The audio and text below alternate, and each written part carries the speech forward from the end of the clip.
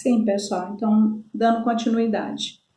Vamos então agora falar de um outro momento muito importante durante a chamada República Velha, né, a Primeira República. Nós vamos falar agora da questão cultural,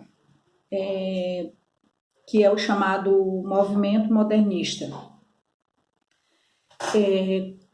Vamos entender o seguinte, até o final da Primeira Guerra Mundial, quando é que foi, professor? Não lembro mais. Primeira Guerra Mundial, de 1914 a 1918, tá? Só lembrando.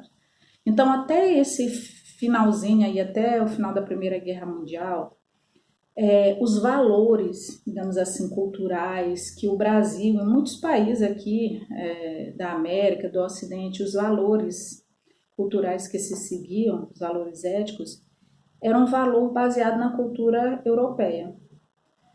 Então, o que vai acontecer? Quando termina a Primeira Guerra Mundial, os países aqui da América, muitos países do mundo, começaram a perceber o seguinte: opa, peraí, a Europa não é assim essa toda poderosa, né?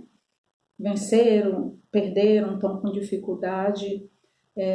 Então, iniciou aqui no Brasil, a partir desse momento, que foi mais ou menos na década de 1920, um movimento de intelectuais e artistas que eles começaram a se recusar a ter como padrão para a cultura brasileira.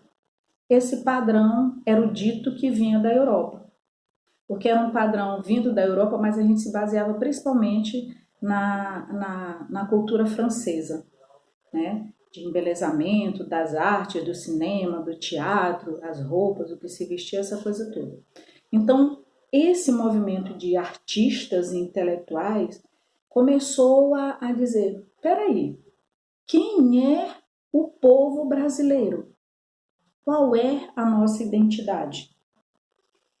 E isso começou a se revestir foi traduzido, por exemplo, em jornais, começaram a surgir jornais, revistas, panfletos, que começaram a fazer esse questionamento e começaram a valorizar a própria cultura do povo brasileiro.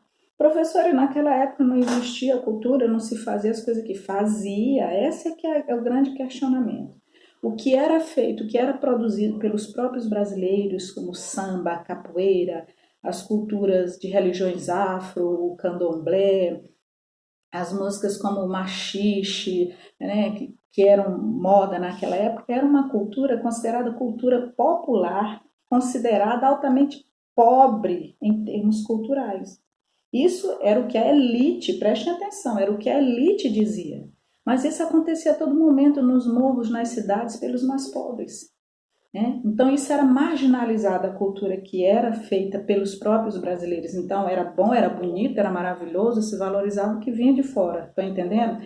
Então esse movimento dos modernistas, dos artistas modernistas, começou exatamente a valorizar essa cultura que era feita aqui dentro do nosso próprio país. Então eles começaram a frequentar rodas de capoeira, rodas de samba, e a terreiros de religiões afro, ver o candomblé, a valorizar o machixe, surgir artistas como Chiquinha Gonzaga, né, que misturava o erudito com coisas populares, o piano com instrumentos mais feitos aqui no Brasil. Então foi a partir daí que todo esse movimento ele acabou culminando com a chamada Semana de Arte Moderna, que aconteceu de 11 a 18 de fevereiro do ano de 1822. Então, depois da Semana de Arte Moderna, a cultura brasileira nunca mais foi a mesma. Por que não foi, professora? Porque a partir daí começou a haver a valorização de uma cultura própria, digamos assim, do povo brasileiro. Como eu já disse para vocês, existia, só que antes ela era considerada marginalizada.